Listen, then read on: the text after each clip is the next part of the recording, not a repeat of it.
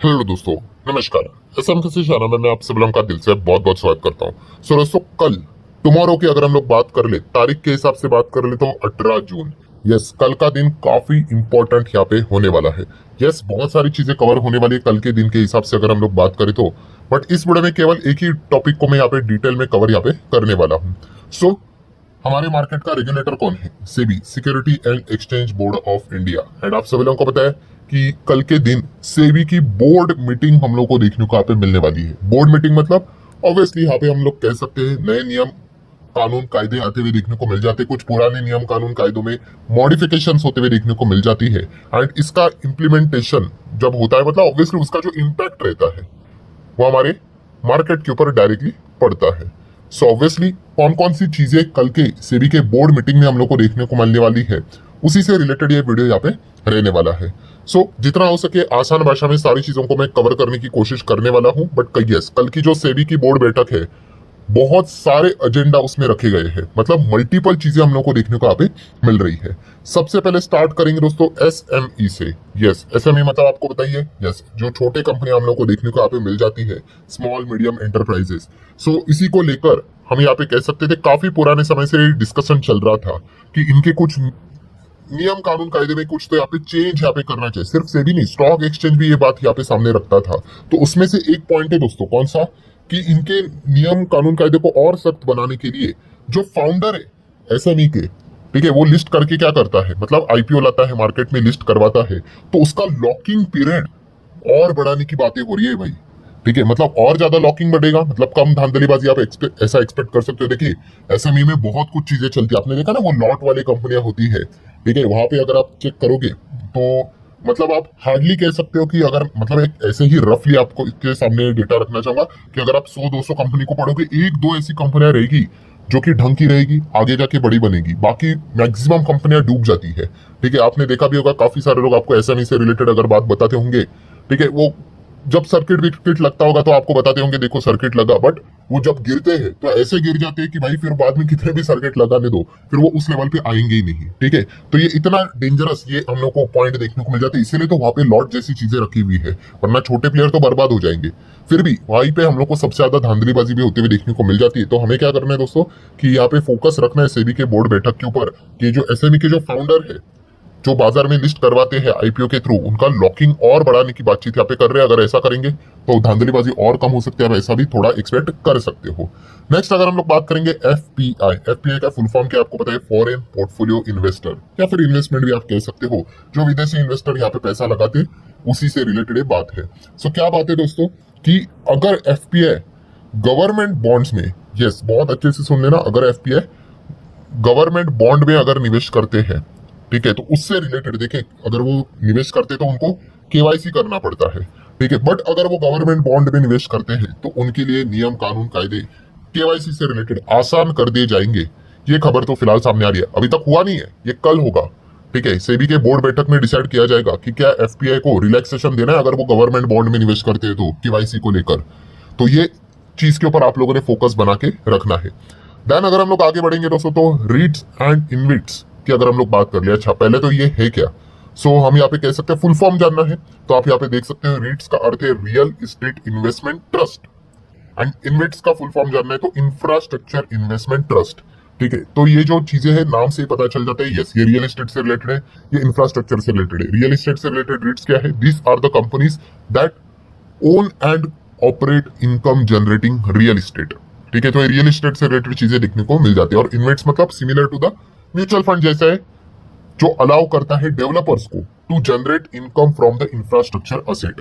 तो REITs and इन्वेट्स हाल ही में हम लोग को थोड़ा थोड़ा करके अभी इससे रिलेटेड भी पॉपुलैरिटी आते हुए देखने को मिल रही है, बट ये और ज्यादा पॉपुलर हो सकता है अगर सेबी ने एक चीज के ऊपर परमिशन दे दी, तो कौन सी, कि इनको भी सेम एज ए इक्विटी तरीके के ट्रीटमेंट यहाँ पे दिया जाए। इक्विटी से रिलेटेड इसको लिंक यहाँ पे जैसी चीजें यहाँ पे होनी चाहिए, ये एक बहुत बड़ा प्रस्ताव यहाँ पे रखा हुआ है।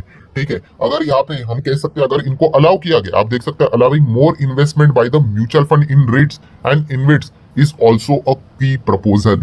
ठीक है, सो मतलब कि अगर इनको इक्विटी से रिलेटेड जैसे दर्जा अगर यहाँ पे मिल जाता है प्रॉपरली, ठीक है, जो कि काफी विदेशों में हम लोग को देखने को यहाँ पे मिल जाता है, तो म्यूचुअल फंड भी क्या करेंगे भयंकर मात्रा में यहाँ पे निवेश कर सकते हैं। इससे रिलेटेड भी की प्रपोजल सामने रखा गया है। अभी से भी मानेगा नहीं मानेगा देख लेते, वरना अभी तक की अगर हम लोग बात कर रहे हैं काफी छोटा ही हिस्सा हम लोग को इसका देखने को यहाँ पे मिल रहा है। अगर इनको यहाँ पे इक्विटी जैसा यहाँ पे अगर प्रोडक्ट की तरह ट्रीट अगर किया जाता है, ट्रीटमेंट मिलती है, ये क्वाइट और ज्यादा पॉपुलर हो सकते हैं। ठीक है, होंगे नहीं होंगे लेट्स सी, देख लेते, चांसेस तो लगते हैं होना तो चाहिए। डी लिस्टिंग की अगर हम लोग बात कर रहे हैं, आप सभी लोगों को पता है डी लिस्टिंग मतलब मार्केट से निकल जाना। ठीक है, लिस्टिंग का उल्टा प्रोसेस होता है और डी लिस्टिंग में दो प्रकार होते हैं। एक होता है भाई फोर्सफुली डी लिस्टिंग।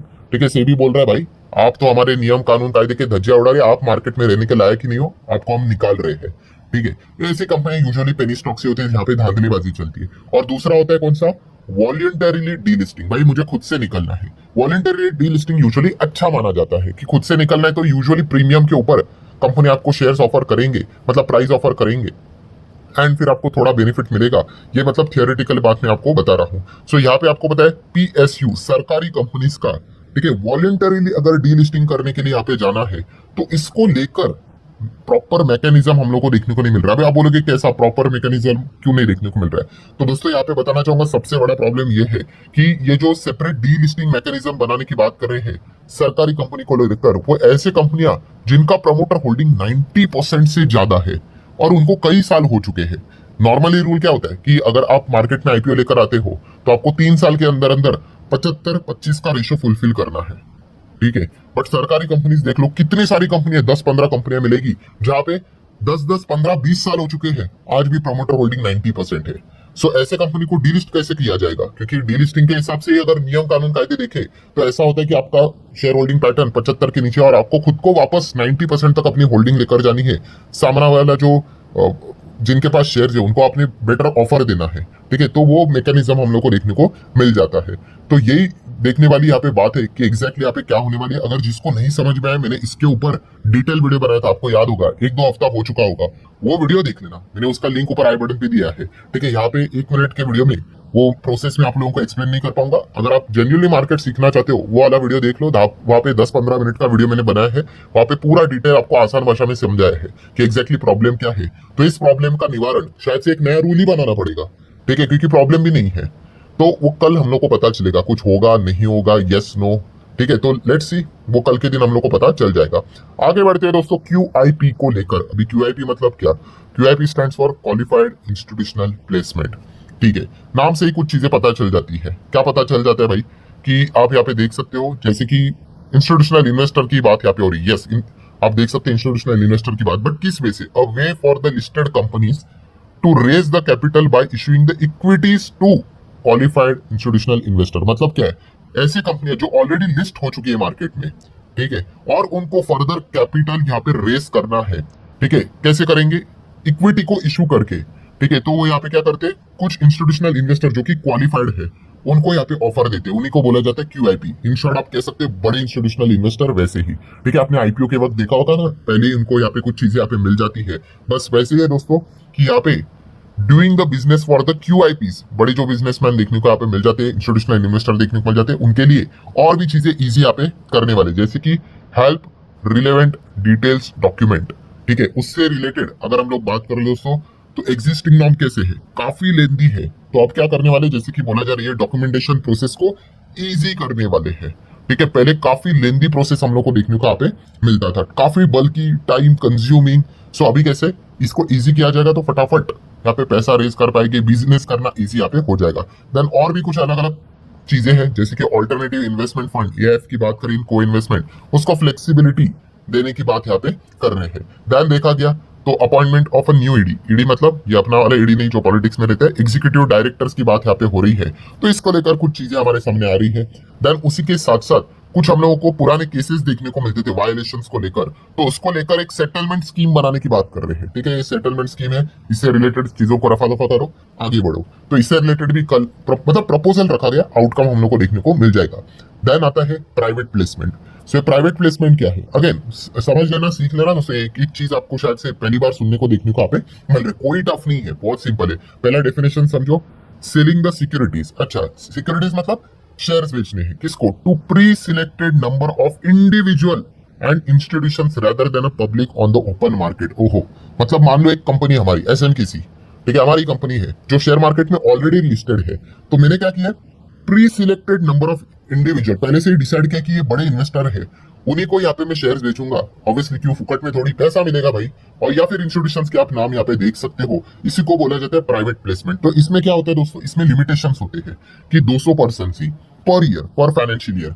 तो बोला जा रहा है भाई इसमें भी कुछ बदलाव हो सकता है। अब ये बदलाव किस वे में होने वाला है तो कल ही हम लोग को पता यहाँ पे चल जाएगा। ठीक है, बड़े प्लेयर्स हम लोग को देखने को मिल जाते हैं, उससे रिलेटेड है। देन स्टार्टअप की अगर हम लोग बात करें तो यहाँ पे जो फाउंडर्स हम लोग को देखने को मिल जाते हैं, इसको लेकर एक ईसॉप को लेकर बहुत बड़ा मतलब बोलते हैं ना कंफ्यूजन चलता है, प्रॉपर क्लैरिटी नहीं है भाई। ठीक है, अगर फाउंडर ही अगर देखा गया, प्रमोटर यहाँ पे बन गए, ठीक है, फाउंडर अगर मार्केट में लिस्ट यहाँ पे कर जाते हैं तो क्या ईसॉप होल्ड कर सकते हैं, नहीं कर सकते। देन इससे related then ESOP and IPO से रिलेटेड टाइम फ्रेम भी रहता है साल भर का 365 डेज, तो उससे रिलेटेड चीजों को कम ज्यादा करना है। तो ये सारी चीजें हम लोग को इससे रिलेटेड क्लैरिटी कल के दिन मिलते हुए देखने को यहाँ पे मिल सकती है। तो लिस्ट निकाली जाए दोस्तों तो ऐसे बहुत सारे आइटम्स है जो कि कल एक ही सेबी के बोर्ड मीटिंग में ये सारी चीजें कल डिस्कस होने वाली है। ठीक है, बहुत लंबी चलेगी भाई, लेट्स सी क्या होता है, इसका आउटकम क्या निकल कर यहाँ पे आता है। तो इसके ऊपर भी आप लोगों ने अच्छी तरीके से फोकस यहाँ पे रखना है। अगर आप मार्केट में वर्क करते हो तो हर एक चीज आपको अच्छी तरीके से पता होनी चाहिए। सो आशा करता हूँ ये वीडियो से थोड़ा बहुत आपको हेल्प मिला होगा। चाहो तो लाइक एंड शेयर कर सकते हो। मिलते हैं अगले वीडियो में, तब तक के लिए बाय बाय।